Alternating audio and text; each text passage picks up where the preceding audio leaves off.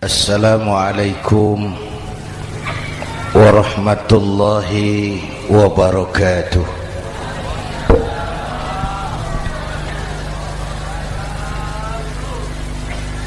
Alhamdulillahi wa kafa, wassalatu wassalamu ala sayyidina Muhammadin al-Mustafa wa ala alihi wa ashabihi ahli sidqi wal wafa, amma ba'du. Para ulama, para habaib, para masyayikh yang saya muliakan, yang terhormat Bapak Kapolres dan Bapak Dandim, Sahibul Bait, segenap keluarga besar Pondok Pesantren Raudhatul Muta'allimin Al-Aziziyah, bapak-bapak, ibu-ibu, hadirin hadirat ma'asyiral muslimin yang saya cintai. Saya bersyukur dapat menghadiri haflah Maulidin Nabiil Karim, dan saya bangga dan terharu dengan keberadaan Pondok Pesantren Raudhatul Muta'allimin Al-Aziziyah ini. Sekarang ini banyak orang bisa memberi contoh, tapi sedikit orang bisa menjadi contoh. Memberi contoh itu mudah, tapi menjadi contoh itu yang sulit. Oleh karena itu, pada kesempatan ini kita ingin mengambil contoh bagaimana Rasul melaksanakan perjuangan. Apa modal utamanya? Saya sampaikan 3 sajalah, mudah-mudahan selesai 10 menit. Yang pertama, modal utama perjuangan baginda Rasul adalah akhlakul karimah. Memperbaiki akhlak dengan akhlak. Oleh karena itu, surah Madu sudah selesai. Dari dan ke Madura jadi lebih mudah. Bahkan Madura akan jadi daerah industri. Tetapi yang kita ingin, Madura tetaplah Madura. Akhlak tidak boleh berubah. Zaman boleh berubah, akhlak tidak. Masa boleh berganti, tapi keyakinan tidak boleh mati. Nah, soalnya adalah kepada siapa kita harus berakhlak? Kita itu kan harus berakhlak kepada 2. Kita harus berakhlak pertama kepada Allah. Ini yang terpenting. 13 tahun Rasul berjuang di Mekah hanya memperbaiki akhlak kepada Allah, menanamkan tauhid, meluruskan akidah, membangun keyakinan. 13 tahun di Mekah itu, dengan perhitungan kalau fondasi kuat, bangunan aman. Kalau fondasi melenceng, bangunan bengkok. Kalau fondasi rapuh, bangunan runtuh. Bangunan bagaimana fondasinya? Orang hidup bagaimana imannya? Kekuasaan dan jabatan baru ada manfaatnya kalau dipegang tangan orang beriman. Kalau tidak, yang muncul Fir'aun. Harta baru terasa manfaatnya kalau dipegang tangan orang beriman. Itulah sebabnya bangsa kita ini bukan cuma perlu orang pintar, kita perlu orang benar. Bahkan di masyarakat lebih baik benar tidak terlalu pintar ketimbang pintar tapi tidak benar.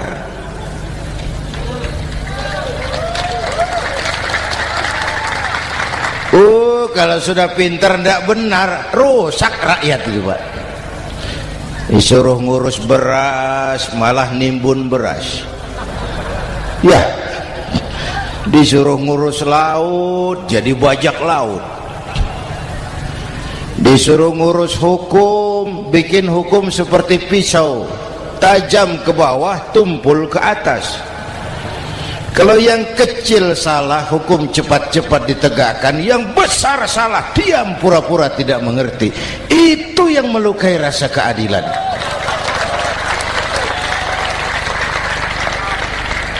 Mulai dari akhlak kepada Allah. Bagaimana cara berakhlak kepada Allah? Caranya dua. Pertama, jangan menyekutukannya dengan sesuatu pun. Yang kedua, jangan menyembah kecuali hanya kepadanya. Itu akhlak kepada Allah. Konsisten, disiplin. Saya bersaksi tiada Tuhan selain Allah, maka saya tidak akan menyembah kecuali hanya kepada Allah. Saya tidak akan takut kecuali hanya kepada Allah. Saya tidak akan minta tolong kecuali hanya kepada Allah. Saya tidak akan melarikan persoalan kecuali hanya kepada Allah.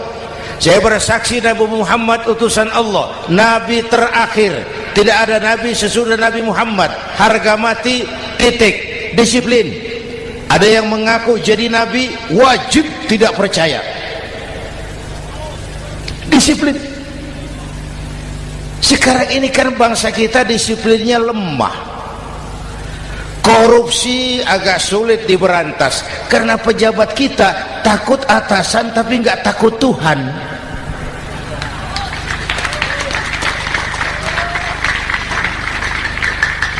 Itu sama dengan anak muda naik sepeda motor ngebut, lampu merah jalan terus, di stop sama polisi. Prit, iya Pak. Minggir, siap. SIM ada Pak. SNK ada Pak. Tahu kau lampunya merah? Tahu Pak. Kenapa lewat terus? Saya nggak tahu, ada Bapak. Itu disiplin kita. Tenang benar jawabnya, kayak orang nggak salah itu.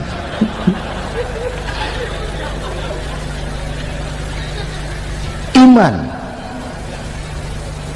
Apalagi belakangan ini saya sering bilang gini Pak, ini humor tapi agak tasawuf.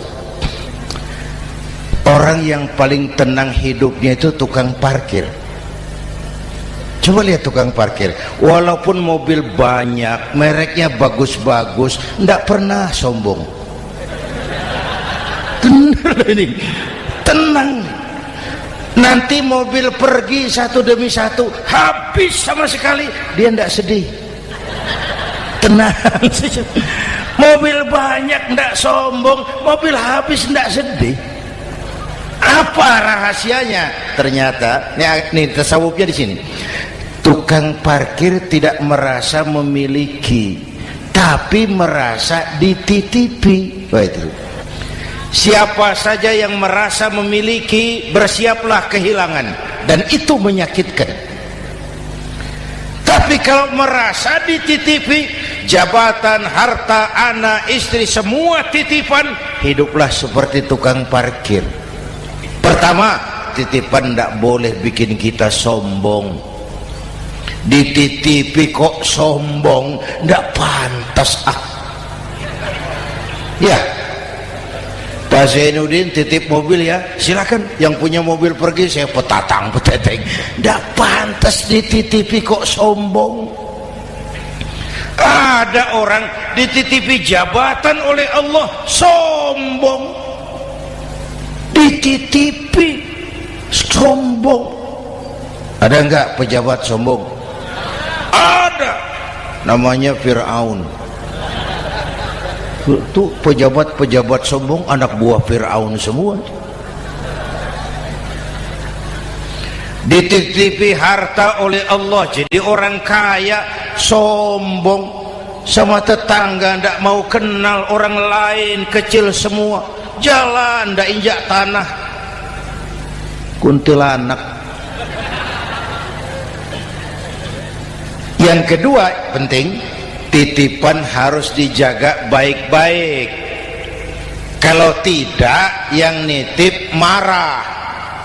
Yang nitip marah. Pak, titip sepeda motor, silakan. Waktu diambil sepeda motor, kaca spion pecah, knalpot hilang, bemper hancur. Marah enggak yang nitip? Marah. Saya kan titip, kenapa enggak dijaga baik-baik?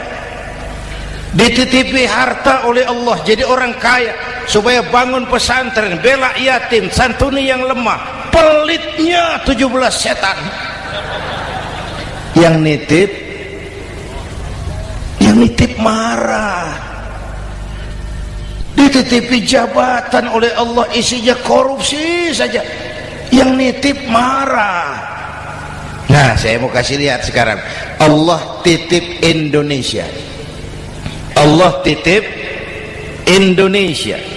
Hai rakyat, ini Indonesia, aku titip, kata Allah. Sebentar, ada meja mau naik. Silakan, Mas. Iklan. Ya, terima kasih.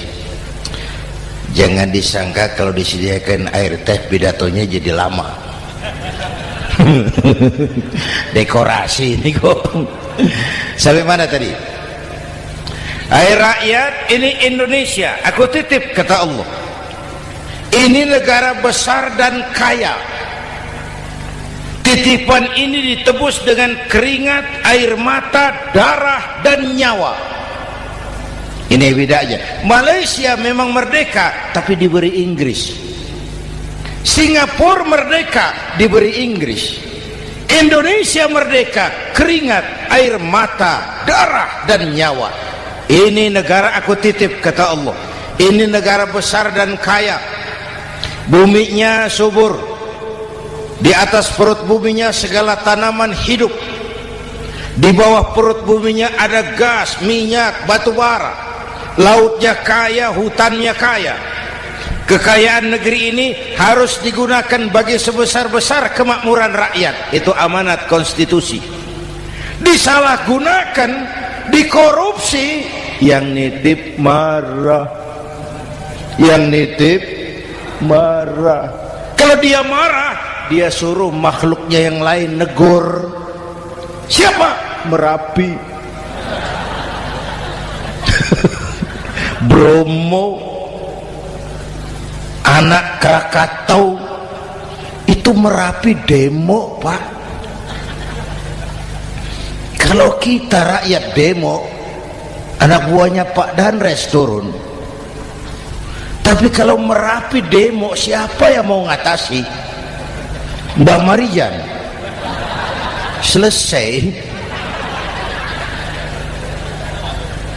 Sekarang Mbah Marijan sudah kumpul sama Mbah Surip di alam barzah, dia sudah ketemu dia. Kata Mbah Surip, tenang Mbah Marijan, tak gendong, aman sudah. Aman sudah. Saya mau bilang Merapi itu makhluk, Krakatau itu makhluk, Bromo itu makhluk. Tidak mungkin makhluk bergerak dengan sendirinya, pastilah ada yang menggerakkan. Maka baik-baiklah sama yang bikin angin supaya bertiupnya sesuai keperluan.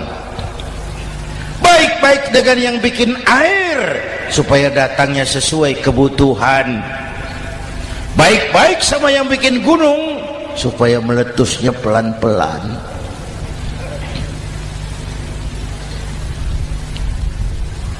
Bapak Ibu hadirin yang saya hormati, menjaga titipan. Jangan menyembah kecuali hanya kepadanya. Jangan menyekutukannya dengan sesuatu pun. Ayo, saya ngobrol kita. Bapak Ibu hadirin yang hadir di sini ini, kita ini semua hamba Allah apa bukan? Hamba Allah. Kata siapa? Kata kita. Kalau kata kita, namanya ngaku. Ngaku itu boleh dan murah. Apa diakui? Kita belum tahu. Ya, kan baru kata kita itu. Dan tidak otomatis kalau kita bilang saya ini hambamu ya Allah, lalu Allah jawab iya ya.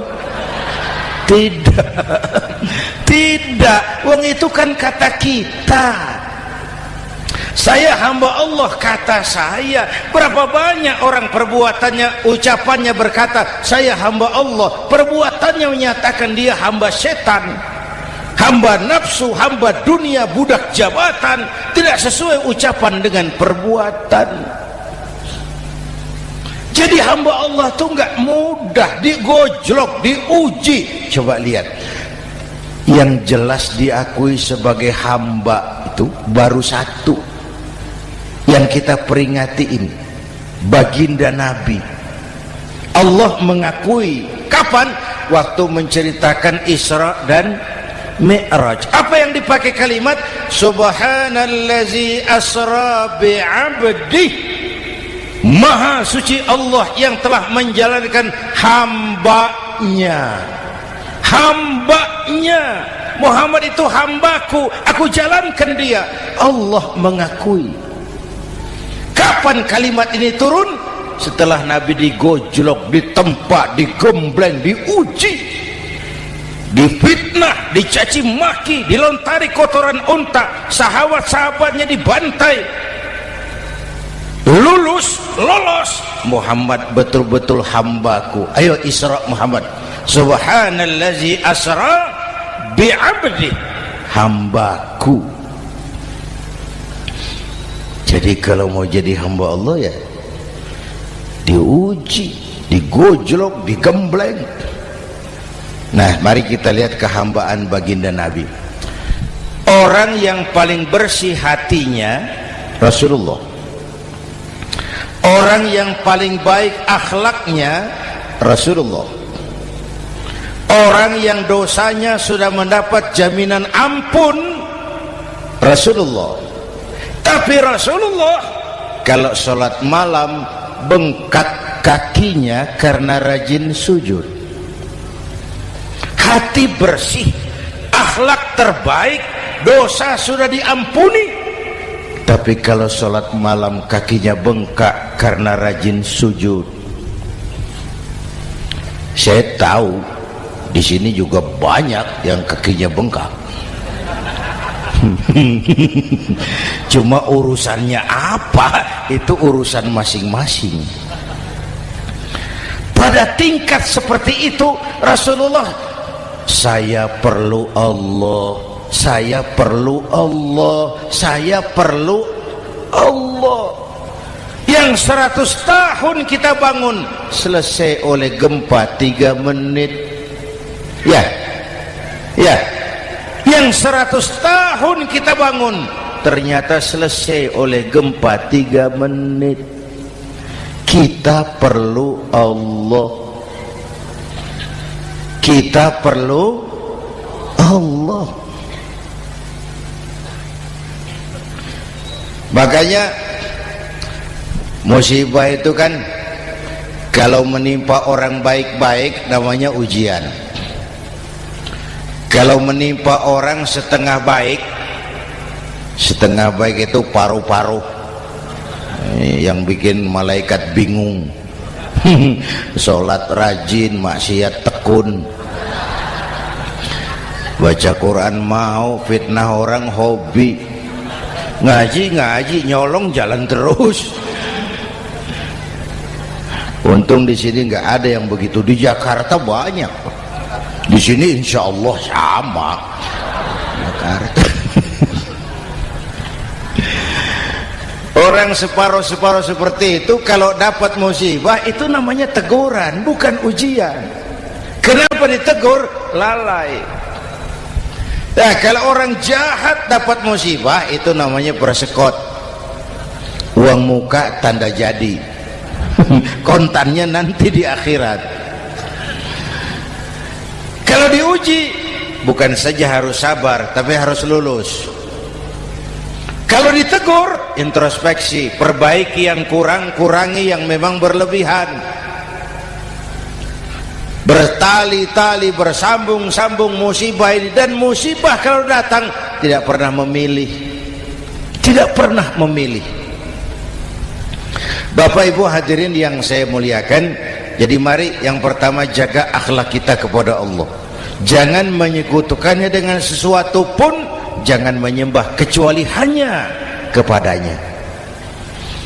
Sekarang kan musim entertain, orang pandai membangun pencitraan, orang pinter bikin bungkusan. Sekarang ini kiai sama dukun tipis bedanya. Bener Pak, pemburu hantu pakai sorban, pakai gamis, nanti kiai pakai helm. Atribut sudah kacau sekarang ini, siapa pakai apa, siapa mau jadi apa, ndak jelas. Sementara masyarakat kita memang agak kutil, kurang teliti, cepat heran, gampang kagum. Pernah terjadi suatu saat tabrakan di jalan, keras sekali, korban jatuh berlumur darah, dikerubungi orang banyak. Datang wartawan mau ambil gambar dari dekat, sulit, banyak sekali orang ngerubung. Dia cari akal, tolong saya dikasih jalan ke dekat korban. Orang menoleh semua. Saudara siapa? Saya bapaknya korban, katanya. Dia mengaku bapaknya korban. Ya orang minggir semua, minggir, ada bapaknya korban. Orang minggir semua, dia maju ke depan korban. Sampai di depan korban pucat mukanya itu wartawan. Kenapa? Yang ketabrak anak monyet, Pak. Oh, dia sudah ngaku bapaknya korban.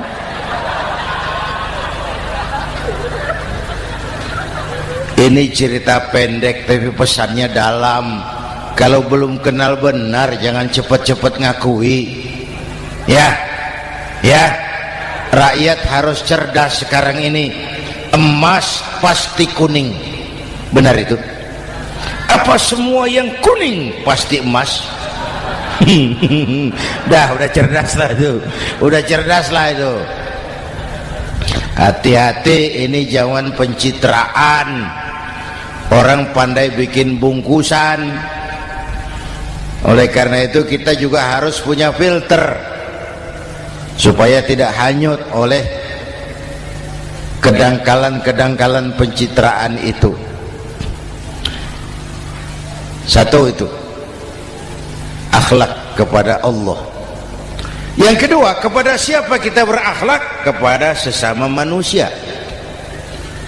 Kepada sesama manusia itu siapa? Pertama, sesama muslim. Malam ini saya hadir di sini, saya tidak merasa tamu. Saya hanya keluarga di tengah keluarganya. Bahwa saya lahir di Jakarta itu sih kebetulan. Saya enggak pesan.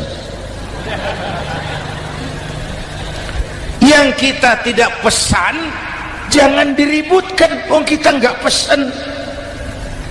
Warna kulit seperti ini kita enggak pesan. Dari suku apa lahir kita enggak pesan. Potongan seperti ini kita enggak pesan.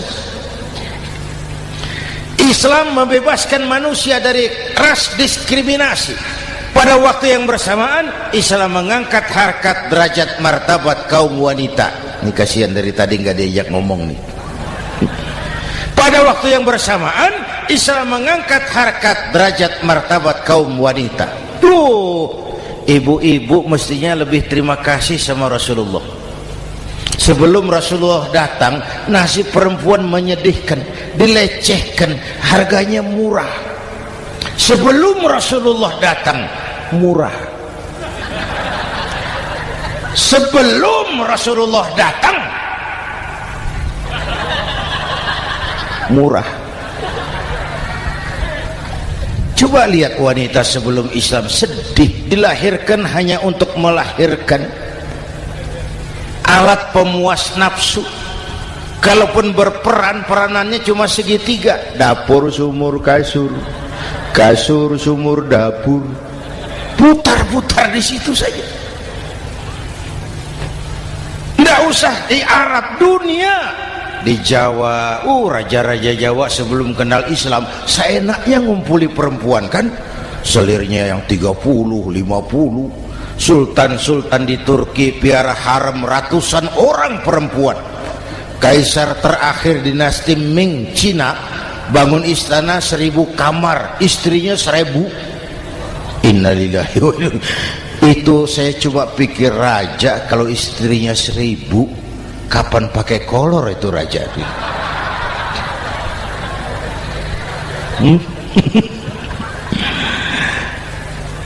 Rasulullah datang terenyuh, an-nisa imadul bilad, perempuan jangan diperlakukan begitu, perempuan tiang negara, kalau baik perempuan baik negara, kalau rusak perempuan hancur negara.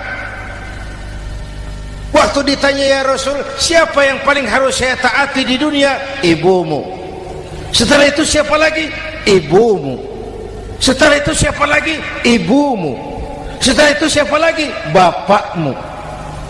Menghargai perempuan, ibumu, ibumu, ibumu, bapakmu. Ibu 3 kali disebut, bapak 1 kali, ibu 3 kali, bapak 1 kali, ibu 3, bapak 1 bapak.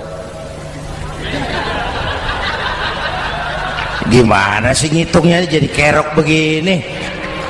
Salah ngitungnya, salah.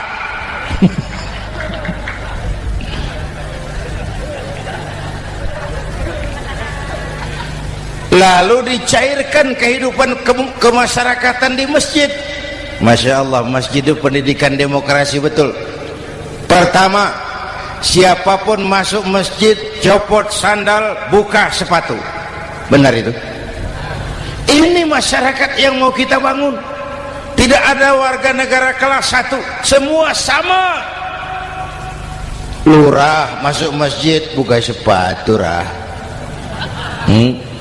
Camat masuk masjid buka sepatu, mat. Gubernur masuk masjid buka sepatu, Nur. Nikmatnya masyarakat masjid. Nikmatnya masyarakat masjid. Coba binatang saja harganya tidak sama toh. Sapi yang mahal, yang gemuk, betul? Karena harga sapi pada dagingnya. Makin gemuk sapi makin mahal harganya. Tapi ada burung perkutut lebih mahal dari sapi, padahal dagingnya sedikit, betul. Kenapa harganya lebih mahal dari sapi? Harga perkutut suaranya. Di mana harga manusia? Yang paling gemuk silahkan bersaing dengan sapi. maaf. Inna akramakum indallah atqakum. Masyarakat masjid sudah copot sandal, buka sepatu, sudah masuk ke dalam sholat berjamaah. Kalau sudah ke dalam sholat berjamaah, tidak pernah kita usil dari mana orang datang, yang penting kemana dia menghadap. Itu masyarakat masjid. Dari mana kamu? Dari kidul, Pak, madhab ngulon. Kamu dari mana? Dari lor, Pak, madhab ngulon. Kamu dari mana? Dari kulon, madhab ngulon juga. Ini kan konsep bineka tunggal ika. Dari manapun orang datang, apapun warna kulitnya, dari suku apapun ia dilahirkan, kalau akidahnya sama, itu saudara kita.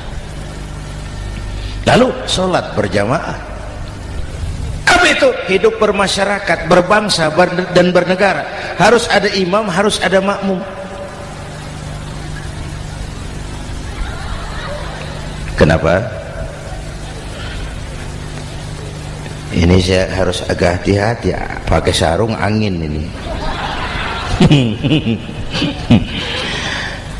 Apa tadi ngomong apa saya? Sholat berjamaah, bermasyarakat, berbangsa dan bernegara. Ada imam, ada makmum. Siapa makmum? Kita ini rakyat. Siapa imam? Para pemimpin negara. Apa bedanya? Imam harus dipilih. Makmum nggak usah. Coba baca kitab fikih yang setebal apapun, nggak ada bab pemilihan makmum. Nggak usah, makmum nggak usah dipilih. Orang buta boleh jadi makmum, orang bisu boleh jadi makmum, tukang mabuk boleh jadi makmum, tapi tidak tiap orang boleh jadi imam. Imam harus dipilih. Siapa yang jadi imam? Pertama, a'lamuhum, orang yang paling alim di kampungmu angkat jadi imam. Yang paling alim, bukan yang paling tua. Yang paling alim, tahu urusan, punya konsep, punya visi dan misi, mengerti negara ini mesti dibawa kemana, jalan keluarnya apa, angkat jadi imam. Pak, ada dua orang Pak, alimnya sama, yang mana yang dipilih? Kalau ada dua orang alimnya sama, kata Nabi, afsahuhum, yang lebih fasih lidahnya. Apa artinya fasih? Nyambung sama rakyat, tahu apa yang dimaui rakyat, nyambung. Tidak sah orang fasih bermakmum kepada imam cedal.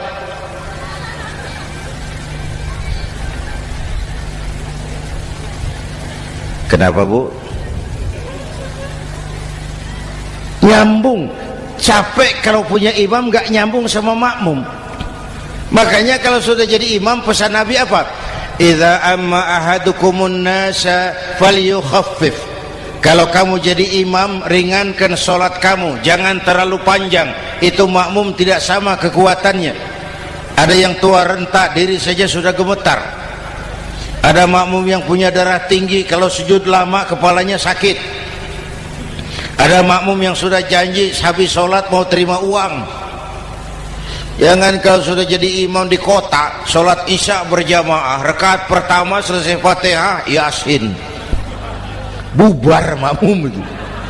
Jadi imam jangan terlalu lama, kayak Husni Mubarak tuh, kelamaan jadi imam, 30 tahun, rakyat capek.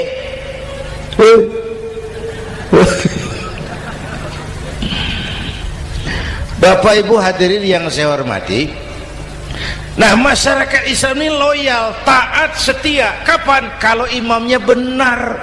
Imam takbir, makmum takbir, imam ruku', makmum ruku', imam i'tidal, makmum i'tidal, imam sujud, makmum sujud. Tapi masyarakat Islam tidak buta. Imam keliru, makmum wajib menegur. Ya. Bagaimana negurnya? Mestinya ruku', imam sujud. Wah, keliru ini. Subhanallah, kan gitu. Itu aturan main. Tidak boleh imam keliru, makmum emosi, main pegang, mam, hoi salah, hoi, kacau sholat.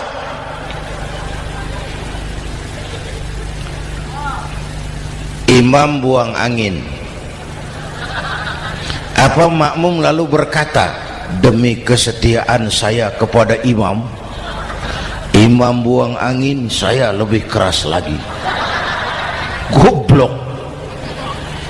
Iyyaka na'budu wa iyyaka nasta'in. Sampai situ imam buang angin, minggir. Tidak usah ribut. Yang di belakang satu orang maju ke depan, lanjutkan pekerjaan imam. Yang penting imam tahu diri, buang angin, minggir. Ini negara rusak karena imam sudah buang angin. Tenang aja, kayak orang nggak salah gitu loh.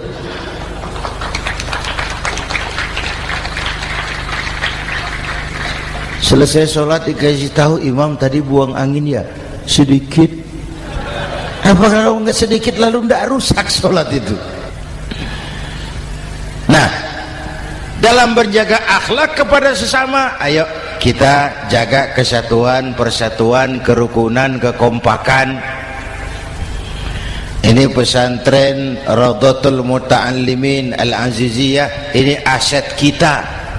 keberadaannya, pengembangannya, kelangsungannya, bukan sekedar tanggung jawab pengurusnya, tanggung jawab kita sesuai dengan bidang dan kemampuan masing-masing.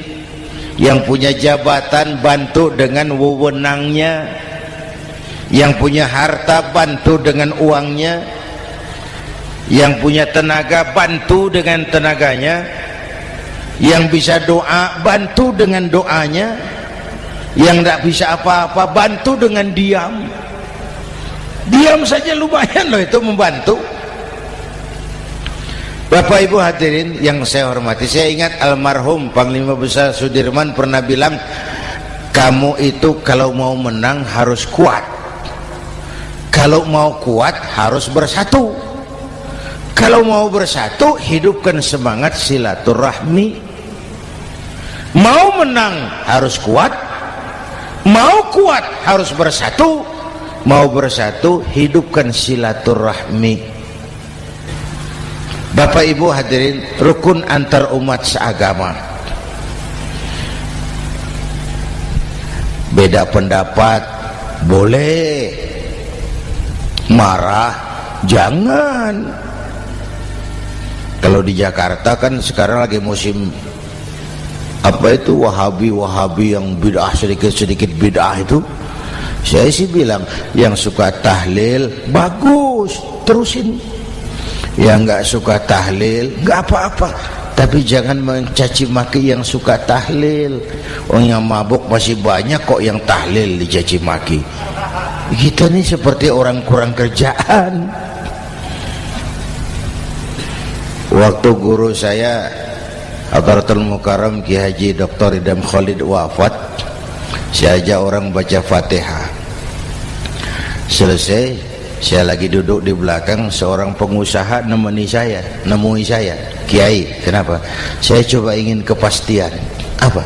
Orang yang sudah mati dibacakan Fatihah itu, apa pahalanya sampai?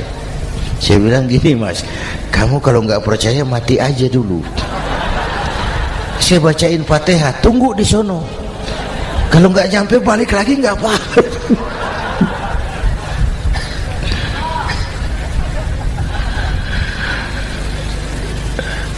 Depan rumah saya itu ada masjid, Pak, pakai beduk seperti itu. Ada teman saya Kiai pakai beduk masjidnya. Iya pakai. Kan Rasulullah enggak pakai. Enggak memang. Bid'ah tuh. Loh, siapa bilang?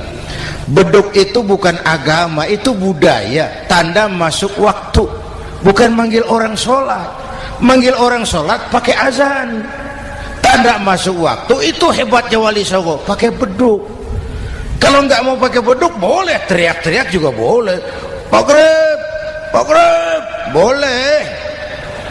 Tapi Wali Songo kan bijaksana, pakai beduk saja, sekali pukul satu desa dengar. Itu bijaksananya dakwah Wali Songo. Kalau beduk dianggap bid'ah, miskin kita. Itu budaya. Seperti sepeda motor, itu budaya. Kalau nggak mau pakai beduk boleh, teriak-teriak juga boleh. Pogreb, boleh. Tapi Wali Songo kan bijaksana, pakai beduk saja, sekali pukul satu desa dengar. Itu bijaksananya dakwah Wali Songo. Kalau beduk dianggap bid'ah, miskin kita. Itu budaya. Seperti sepeda motor, itu budaya. Kalau beduk dia nggak bid'ah, sepeda motor bid'ah tuh. Rasulullah nggak pakai, jual, beliin unta.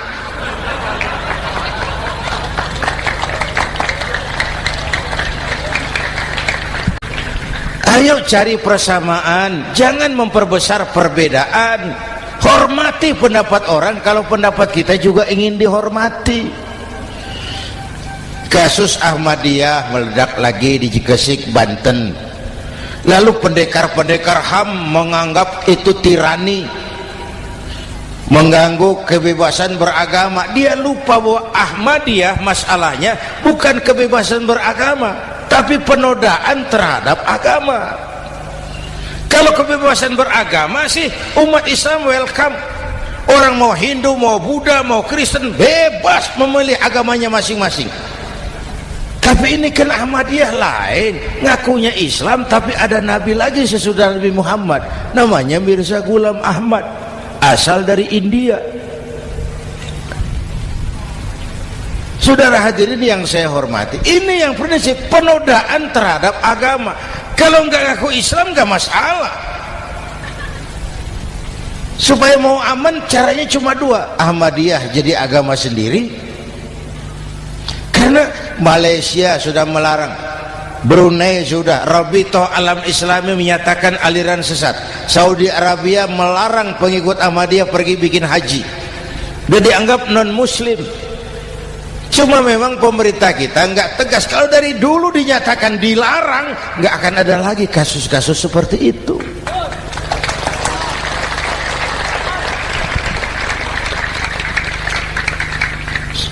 Nah, selain itu kita umat juga harus disiplin. Coba sudah berapa banyak nabi bermunculan di Indonesia. Dan Indonesia ini saya heran, Indonesia ini pasar bagus, Pak. Kalau ada nabi, ada aja pengikutnya, saya heran tuh. Indonesia ini pasar bagus. Ada Ahmad Musaddiq Al-Qiyadah, jadi nabi. Konsultan bulu tangkis jadi nabi. Dapat wahyunya di Bogor. Ditangkap polisi 4 tahun. Muncul lagi di Bandung, namanya Sayuti, tukang cukur, ngaku dapat wahyu jadi nabi, ditangkap polisi lagi 2 tahun. Di Malang Ustadz Roy, ya sebenarnya petinju, dia masuk Islam, mu'alaf, belajar Islam tidak pakai guru, diutak-atik ayat Quran. Sholat kita harus mengerti artinya, maka sholat boleh pakai bahasa masing-masing. Ramai masjid. 2 tahun penjara. Di Jakarta muncul lagi Lia Edan, ngaku Jibril, ditangkap juga oleh polisi. Kita salut sama polisi kita lah, bukan cuma teroris, Jibril ditangkap, Pak Kapolres. Saya bilang sama teman-teman polisi, untung dia ngaku Jibril, Pak. Coba kalau dia ngaku Israel, lebih gawat itu.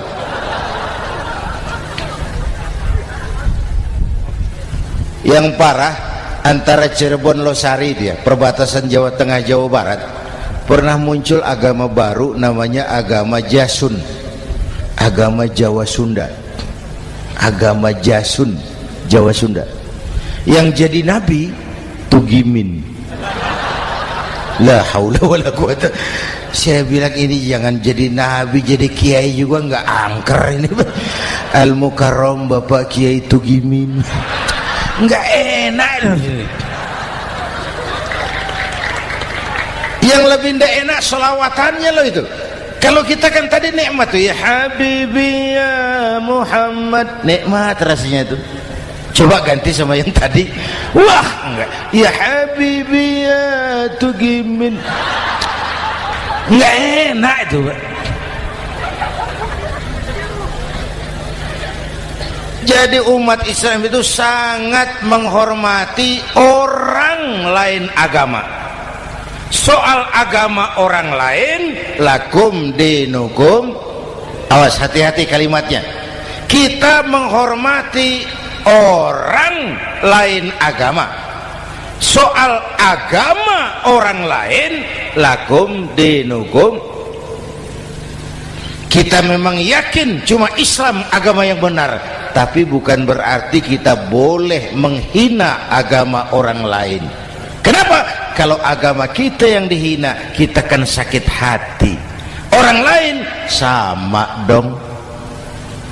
Itu sebabnya Allah berpesan, jangan kau caci maki Tuhan mereka, karena mereka akan balas mencaci maki Tuhanmu. Dan itu artinya mencaci maki aku, kata Allah. Jelas ini? Jelas? Justru karena umat Islam mayoritas di Indonesia, maka kerukunan antar umat beragama terjaga dengan baik. Kalau umat Islam mau main kasar, mau main kayu, mau main keras, Umat Islam ini 85%, yang lain pasti selesai, saya jamin selesai. Tapi kan tidak, kita sadar betul ini negara Pancasila, kita sadar betul bahwa kita harus menghargai orang lain agama, menjaga kerukunan, rukun antar umat beragama. Yang ketiga, rukun antar umat beragama dengan pemerintah. Dulu kiai saya bilang, sultanun zulum khairum min fitnatin tadum. Pemerintah yang jelek pun sebenarnya masih lebih lumayan ketimbang tidak ada pemerintahan, kalau itu ukurannya. Coba umpama nanti Pak SBY sudah terlalu pusing, lalu pengumuman jam 000, seluruh rakyat Republik Indonesia saya umumkan mulai malam ini tepat jam 000 pemerintah bubar. Ayo bayangkan seperti apa kita tanpa pemerintah. Hukum rimba, yang kuat menekan yang lemah, yang kaya merampok yang miskin. Rumah saudara dirampok, lapor ke polisi, kata Kapolres, maaf polisi baru bubar. Hak asasi diinjak-injak, lapor ke pengadilan, pengadilan bubar. Masih ada pemerintah saja yang kuat suka menekan yang lemah, apalagi kalau tidak ada pemerintah. Karena itu ulama dan umara dua pilar utama. Kalau kuat keduanya, kuatlah masyarakat. Kalau rapuh keduanya, maka rapuhlah juga masyarakat. Bapak Ibu hadirin yang saya hormati, ini yang kedua, kita harus berakhlak kepada sesama. Yang ketiga, kepada siapa kita harus berakhlak? Kenapa? Iya, saya cuma lihat jam. Yang ketiga, kepada siapa kita harus berakhlak? Kita ini harus berakhlak kepada makhluk Allah yang lain di luar manusia. Kepada air kita harus berakhlak loh Pak. Saya dulu remaja ngaji fikih, kiai ngajar makruh buang air kecil di tanah yang berlubang. Saya protes, kenapa makruh kiai? Pertama, untuk kesehatan. Siapa tahu di lubang yang kau kencingi ada gas beracun. Kalau tidak kiai, kalau tidak maka artinya kau harus melindungi binatang yang ada di dalam lubang. Siapa tahu di lubang yang kamu kencingi ada semut sedang rapat membahas masalah Mesir. Apa dosanya lalu mati dikencingi? Ini namanya rahmatan li semut. Bapak Ibu hadirin yang saya hormati, ada hadis sederhana, fa iza zabahtum fa ahsinuz zibhata. Kalau kamu menyembelih hewan, sembelihlah dengan cara yang terbaik. Jangan nyembelih ayam pakai pisau tumpul, itu namanya tidak berperi kebinatangan. Kepada ayam kita berakhlak, kepada pohon kita berakhlak, kepada air kita berakhlak. Kenapa sekarang alam tidak seramah dulu? Karena kita juga tidak ramah kepada alam. Kenapa sering terjadi banjir? Karena tempat air kita kurangi. Dia bingung mau kemana. Air nggak punya tempat, akhirnya masuk ke rumah kita juga, masuk dalam zoharul fasadu bil barri wal bahri bima kasabat aydin nas, karena kita tidak berakhlak kepada lingkungan. Bapak Ibu hadirin yang saya hormati, jadi itu yang pertama, modal utama perjuangannya akhlakul karimah. Mau sukses, utamakan akhlak. Industrialisasi boleh terjadi di Madura, jalan berhotmik licin, oke, listrik masuk desa, alhamdulillah, tapi akhlak jangan berubah, akidah jangan goyah.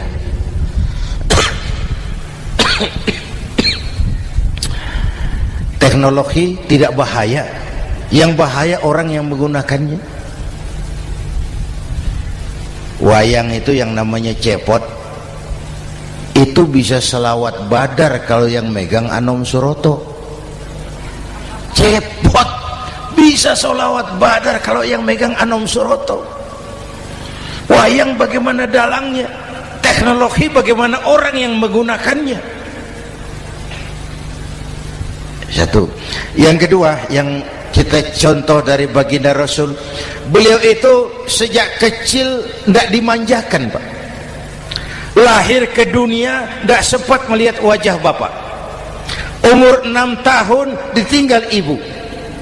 Umur 9 tahun ngembala kambing, berniaga ke Syam. Syam itu Syria sekarang. Umur 9 tahun bisnis lintas negara dari Saudi ke Syria. Remaja tidak dimanjakan, kerja keras, peras keringat, banting tulang, tidak ada pekerjaan halal yang hina. Lahir pribadi yang tegar, mental yang tahan banting, manusia yang tidak cengeng karena sejak kecil ditempa oleh kesulitan. Jadi gini, orang itu kalau biasa susah, ketemu susah, ndak kaget, Pak. Mentalnya kuat. Saya santri biasa makan kangkung, datang ke rumah teman dikasih kangkung, loh makanan saya ini, dikasih daging ayam, nambah. Orang tuh kalau biasa susah enak. Saya santri biasa tidur di masjid, disuruh nginep di hotel, pules, Pak. Tapi yang biasa tidur di hotel suruh nginep di masjid, encok. Hidup ini perjuangan. Mau sukses harus berani susah. Jangan seperti dulu nih cerita santri.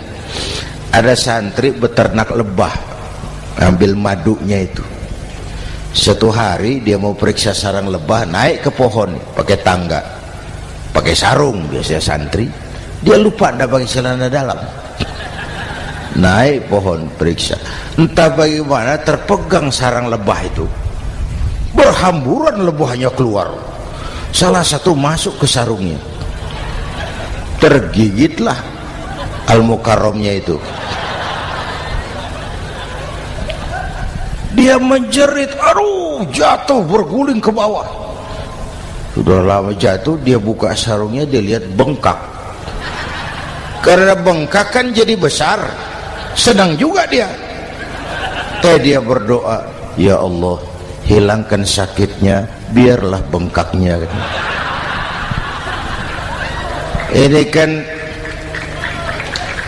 Ini doa orang nggak konsekuen. Bengkak dan sakit itu paket. Mau bengkak ya harus berani sakit. Masa sakitnya bengkaknya mau, sakitnya nggak mau. Itu satu itu. Yang kedua, kita ini sering kalau punya cita-cita sering seperti rapat tikus. Satu hari sekelompok tikus rapat paripurna tikus untuk mengantisipasi bahaya kucing. Bagaimana supaya kucing itu jangan lagi mengganggu kita? Akhirnya ada yang mengusulkan begini, bagaimana kalau di leher kucing kita gantungkan lonceng, supaya kalau dia datang dari jauh suaranya sudah kedengaran dan kita bisa lari menyelamatkan diri. Wah, cerdas dia. Setuju, setuju semua. Setuju, bagus. Nah, oke. Waktu pembicaraan dilanjutkan, tikus mana yang mau menggantungkan lonceng ke leher kucing? Rapat bubar. Setuju, akur. Iya. Waktu kerja selesai. Bapak Ibu hadirin yang saya hormati, terutama anak-anak saya, para santri, remaja, pemuda. Hidup ini persaingan. Bapakmu tamat SD, nak kau sarjana. Bapakmu cuma jadi RT, nak kau camat. Bapakmu tukang tambal ban, kau harus punya pabrik ban. Anak saya pertama dulu, saya titip mondok di Tebu Ireng. Tahun pertama pulang saya kontrol, sini kau, apa hasilmu setahun di pesantren? Dia sodorkan saya sebuah piagam penghargaan juara lomba pidato di pondoknya. Saya heran, ini anak di rumah jarang ngomong, kok bisa jadi juara pidato? Saya tanya, kamu bisa pidato, apa yang dipidatoin? Dia bilang, kan kaset ayah dihafalin gitu. Ya saya ketawa juga, waktu itu dia masih anak-anak. Baiklah, tapi apa cita-citamu? Saya kepengen seperti ayah. Wah, kau ini salah. Kalau aku ayahmu di matamu, menurutmu hebat, mestinya kau 10, 100, 1000 kali lebih hebat dari orang-orang yang kau anggap hebat. Karena tantanganmu akan lebih berat dari tantangan yang aku hadapi sekarang.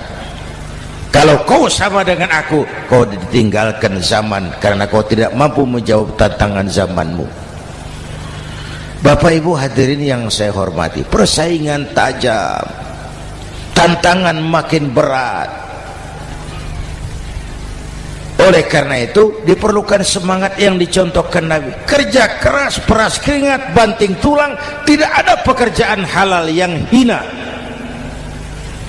Sejak kecil ditempa oleh kesulitan. Asal jangan seperti saya tadi ngobrol sama teman-teman, sekarang ini di negara kita banyak politisi miskin negarawan.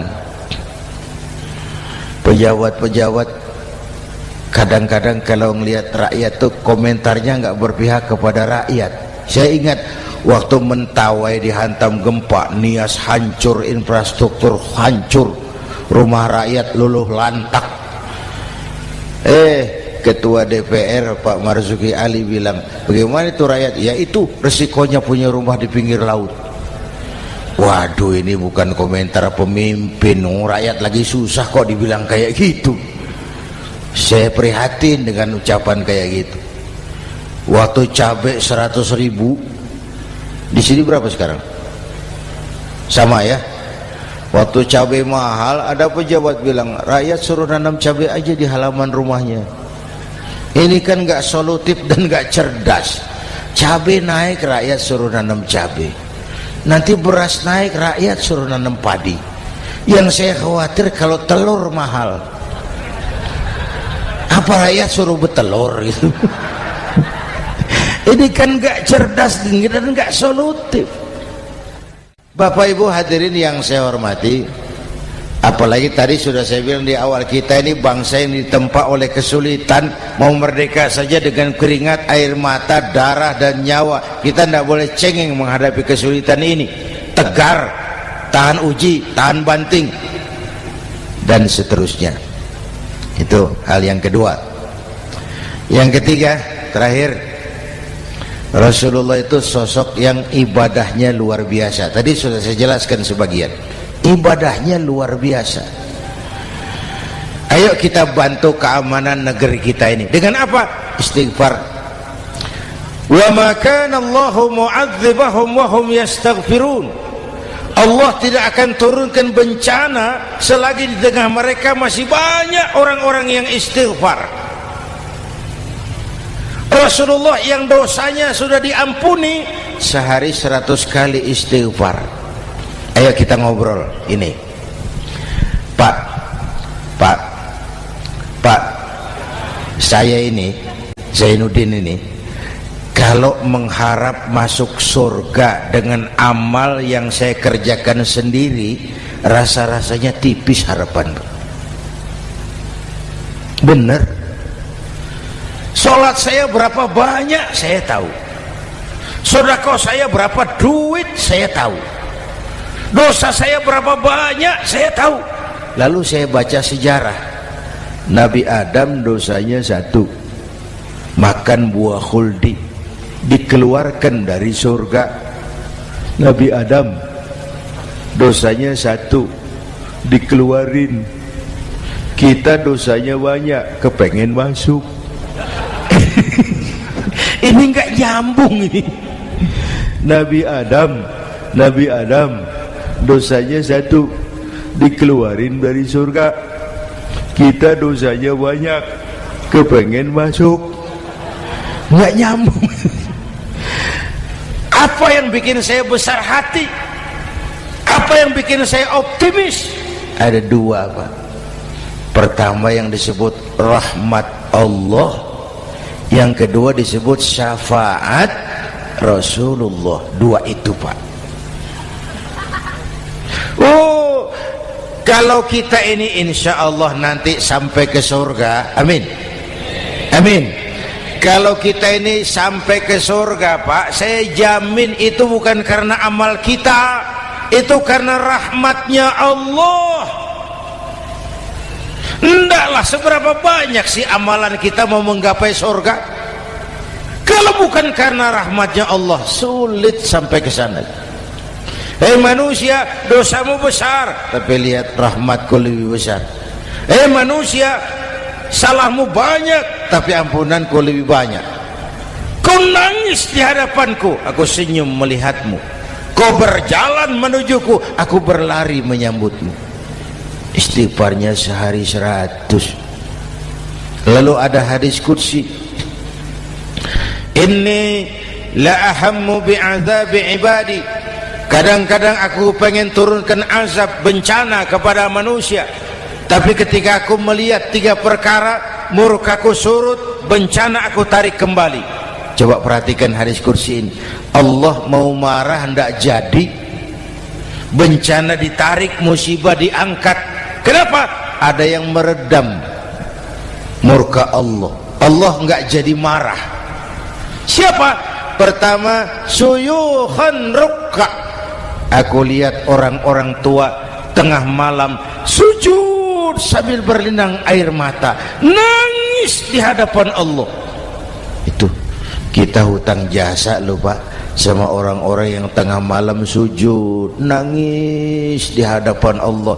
Lihat yang begitu Allah tidak jadi marah.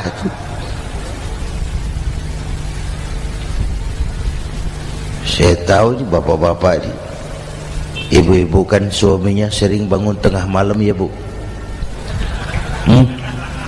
Kencing.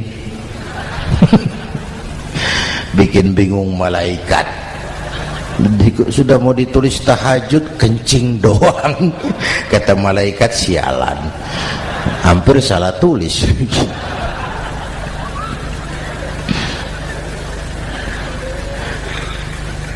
Aku lihat orang tua tengah malam sujud sambil berlinang air mata. Lalu aku lihat bayi-bayi tanpa dosa masih menyusu, sibyanan rudda. Bayi-bayi tanpa dosa masih menyusu, suci bersih, belum ternoda. Wa bahaiman rudda. Dan aku lihat binatang ternak melata mencari makan, kambing mudah cari rumput, alam terjaga keasriannya. Bagaimana bencana enggak mau nambah? Kita mengamalkan hadisnya juga terbalik. Yang diminta itu orang tua tengah malam sujud, bayi tanpa dosa nyusu. Sekarang bayi tanpa dosa dibuang ke tempat sampah gara-gara orang tua tengah malam nyusu. Terbalik namanya. Yang diminta itu orang tua tengah malam sujud, bayi tanpa dosa nyusu. Ini bayi tanpa dosa dibuang ke tempat sampah gara-gara orang tua tengah malam.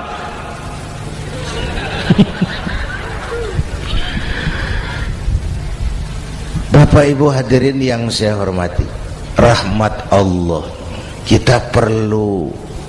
Yang kedua, syafaat Rasulullah. Mari saya cerita syafaat sedikit. Ini sudah jam 00:05 ya.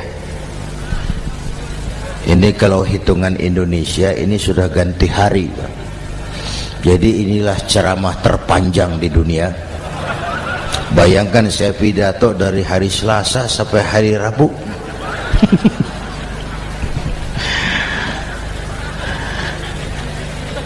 Syafaat agak saya singkat ceritanya. Nanti itu Pak, setelah alam ini hancur sehancur-hancurnya, bumi gempa, gunung meletus, air laut tumpah ke darat, halilintar menyambar, planet-planet bertabrakan, semua yang hidup mati bareng tanpa persiapan, termasuk malaikat. Malaikat mati, yang tinggal cuma Allah sendirian. Yang lain hancur semua, tinggal Allah sendirian. Allah patroli, berseru-seru, limanil mulkul yaum, ahai, siapa penguasa hari ini? Mana Fir'aun yang ngaku Tuhan? Nongol kalau memang Tuhan. Mana Abrahat, mana Namrus, mana itu Benito Mussolini, mana itu Adolf Hitler, mana itu Hosni Mubarak? Penguasa-penguasa yang ngaku berkuasa, nol kalau memang penguasa. Gak ada yang jawab, Pak, semua sudah rebah.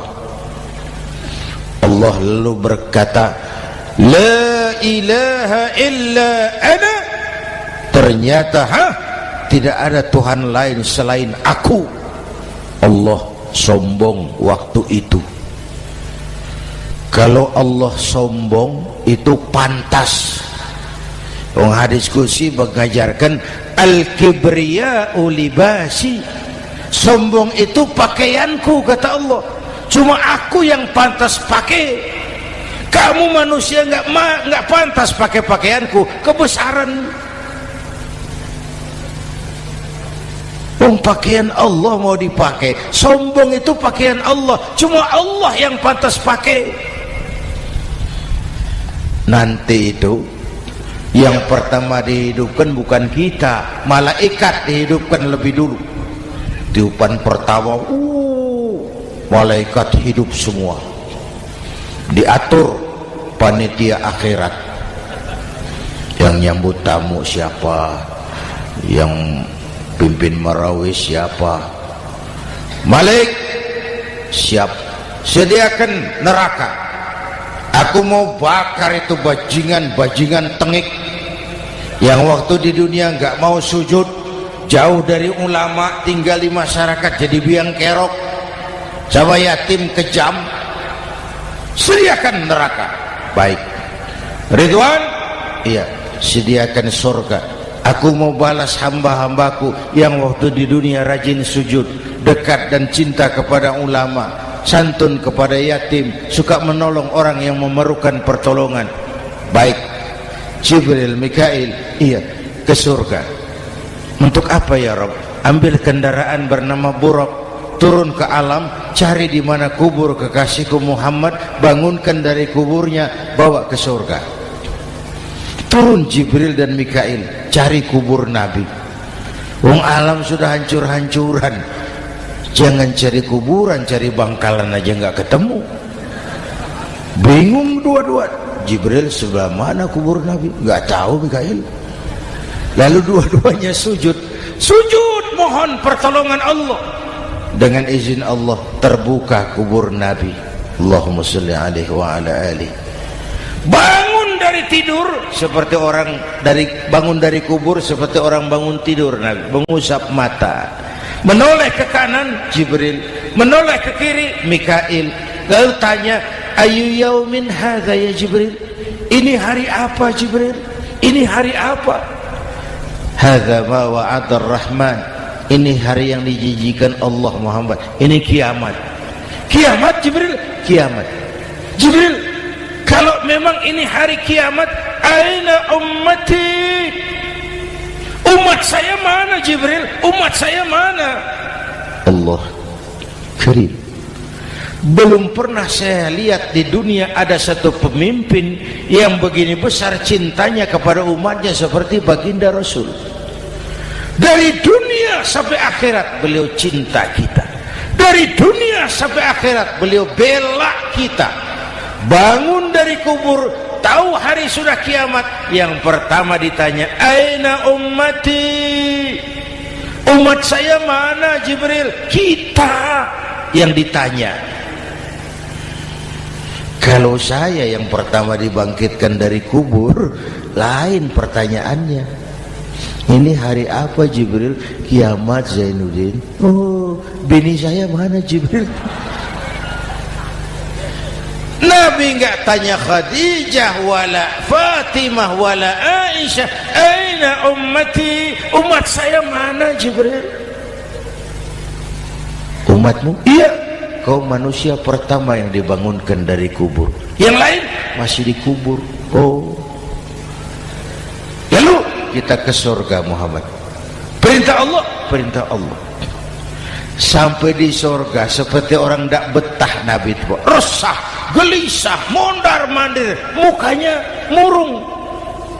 Yang punya surga kan negur, Muhammad, labbaik ya Rabb. Tidak enak di surga ya? Enak. Kok kamu seperti orang nggak kerasan gitu, resah, gelisah? Kenapa? Saya teringat umat saya ya Allah. Umat saya bagaimana nasibnya? Iya, saya sudah enak di DPR. Salah. Saya sudah enak di surga. Gaji cukup, kursi empuk, dapat mobil dinas. Nggak. Umat saya yang waktu kampanye kepanasan itu gimana nasibnya tuh?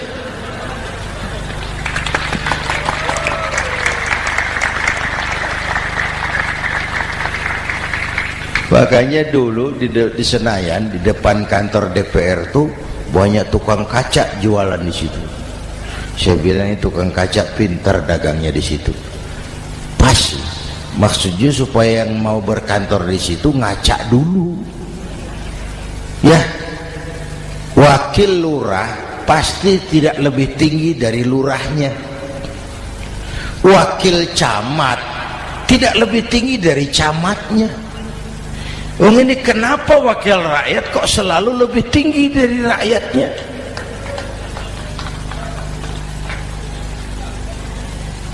Kan yang memberikan mandat kita rakyat. Kemerdekaan bertujuan mengantarkan rakyat ke gerbang kesejahteraan.